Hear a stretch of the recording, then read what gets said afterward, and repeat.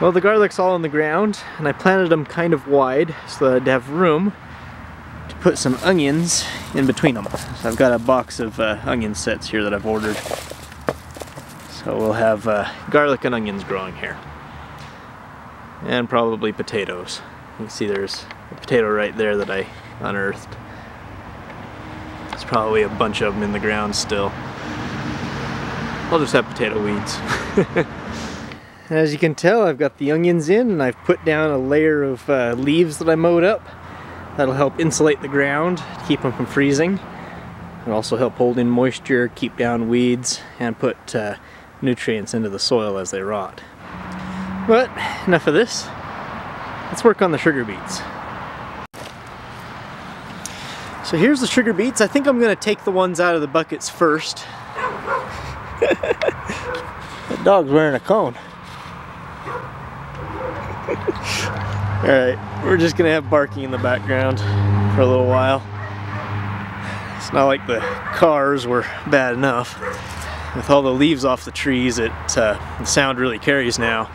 Fortunately, I think this is the last video that I'll be doing outside for a while. So anyway, this sugar beet right here I think is the one that we transplanted on camera. Keep in mind its growth was stunted due to the transplanting. But yeah, looks pretty good. Nice white tuber, lots of roots. Yeah, see, because the root was broken here, it kind of spread out. So instead of one tap root, it's got many. But yeah, I think we can get that processed. For comparison, let's pull out one of these sugar beets that are growing in the front yard here. These had plenty of sunlight and they never got their growth stunted. So let's just yank off the leaves first. A little bit harder to pull up here.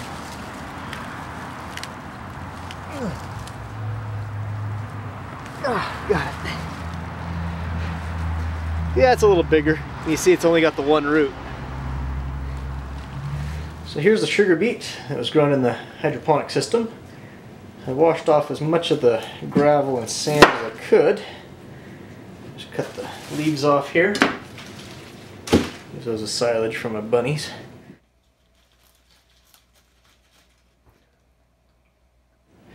The objective here is to remove as much of the dirt as I can. There's not a whole lot of dirt on these because they were, not grown in the dirt. I'm still gonna peel off a lot of it, like this. I have done sugar beets before. I made a video, I think I called it honeybees and sugar beets, because I was trying to feed the sugar beet juice to my honeybees. Let's see what the bees think of it. There we go. Let's see. Oh, he's drinking it. She's drinking it. And she's stopped drinking it. And they weren't having it. And later I found out that the acids and stuff that are in sugar beets are not really suitable for bees. Crystallizing the sugar and refining it will make it suitable for them because the crystallization process removes most of the contaminants, because only the sugar will crystallize. The problem I think that I had there was prolonged heating caused the sucrose in the beets to break down into fructose and glucose. And those are not very easy to crystallize. And so I literally ended up with a sugar beet taffy, which tasted like dirt and was absolutely terrible. So I'm trying again. I'm going to do a small batch just to see if I can get the granulated sugar out of it.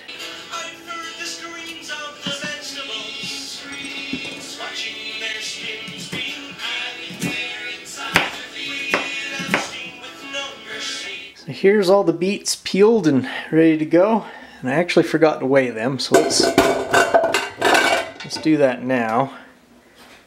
So 1.71 kilograms worth of sugar beet after they've been peeled and deplantified. To To make it easier to extract the sugar, I am going to have to cook them, but I'm just going to boil them for about 10 minutes, very quickly, and then cool them down soon after. This just tenderizes the flesh. Also, you can kind of see that I've cut them into smaller pieces so the heat can penetrate faster. I'm sure I will lose some sugar doing this. Alright, so it's been boiling for about 7 minutes. Let's pull a piece out of there and see how it looks. Yeah, I'd say that's a lot tenderer. Let's put them in the power juicer and see if we can extract their sweet juices. I mean, they already taste amazing.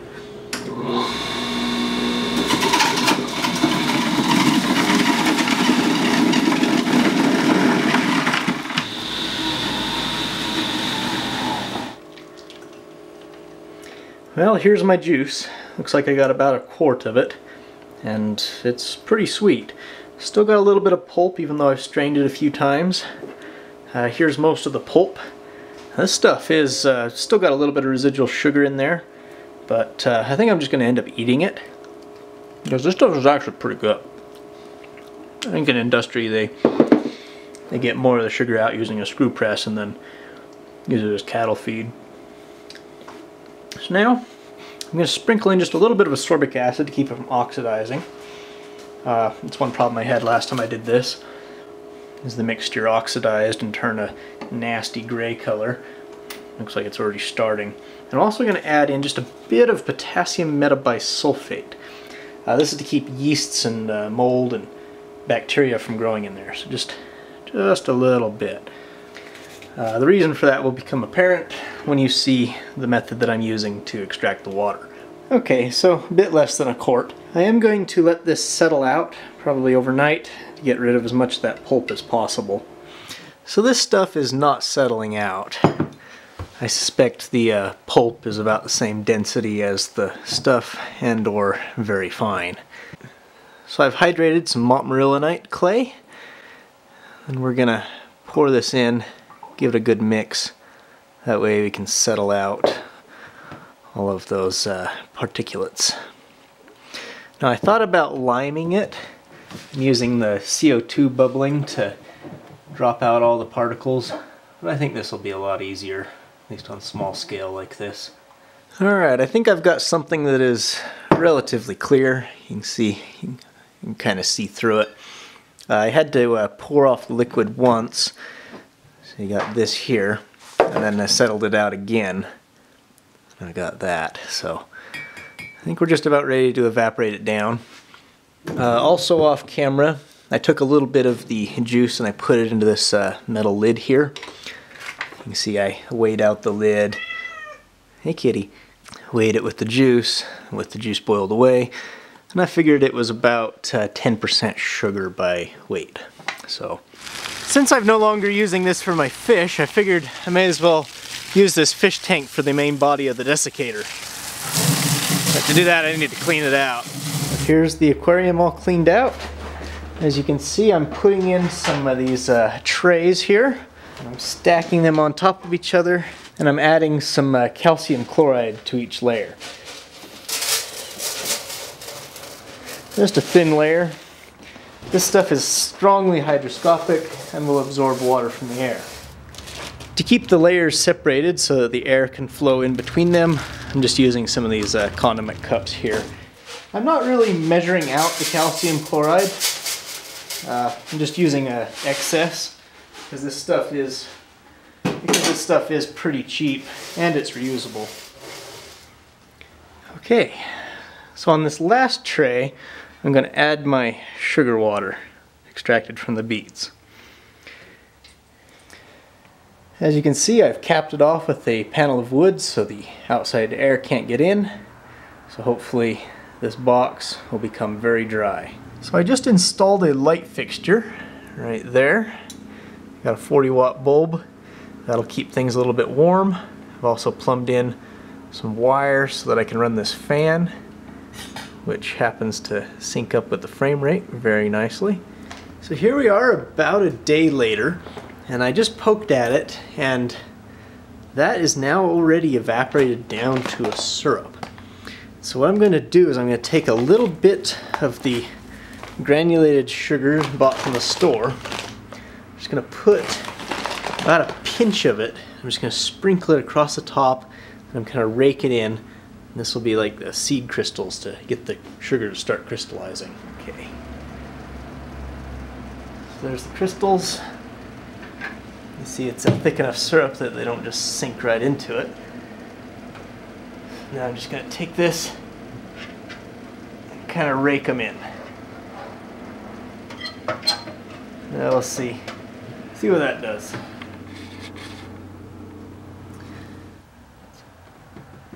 It's pretty hard. Looks like it tried to start crystallizing. You can kind of see that it's got like a white coloring right around in there. I think it did crystallize.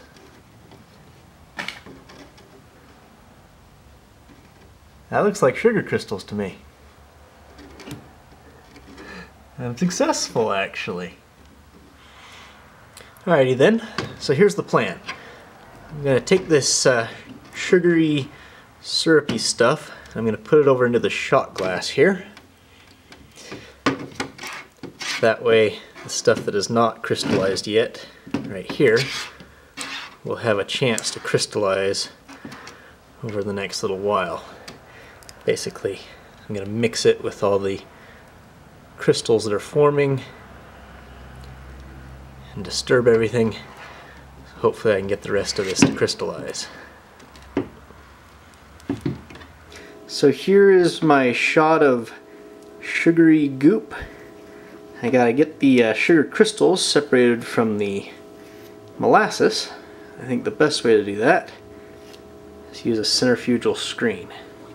So let's run it through this juicer one more time. Alright, here it goes.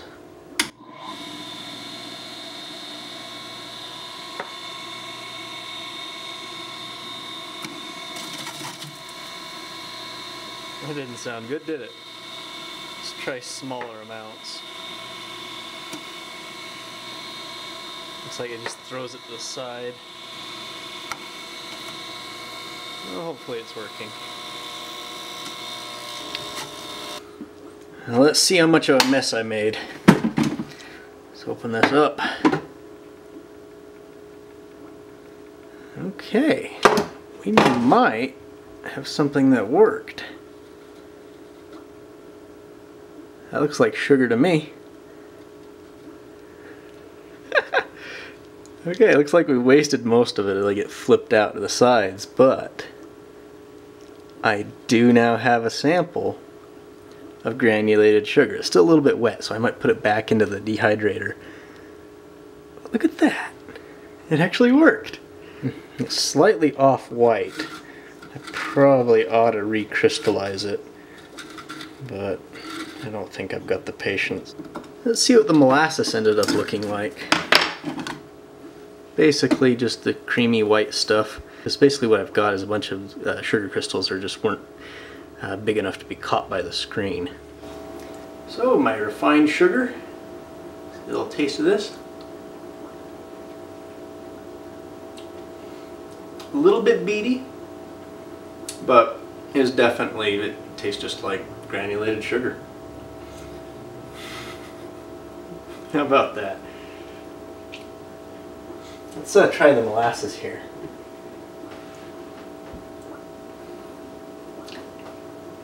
Sweet.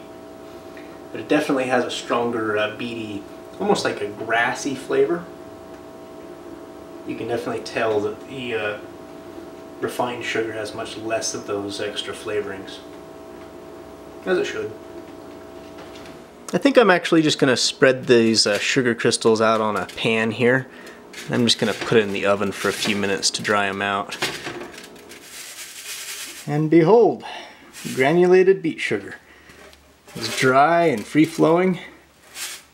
The crystals aren't a uniform size, and it's probably not as pure as what you'd get in the store, but there you go. Made from my own garden. 5 grams of granulated sucrose made from homegrown sugar beets. Took a lot of work to get this little bottle. Hope you enjoyed. I'll see you next time.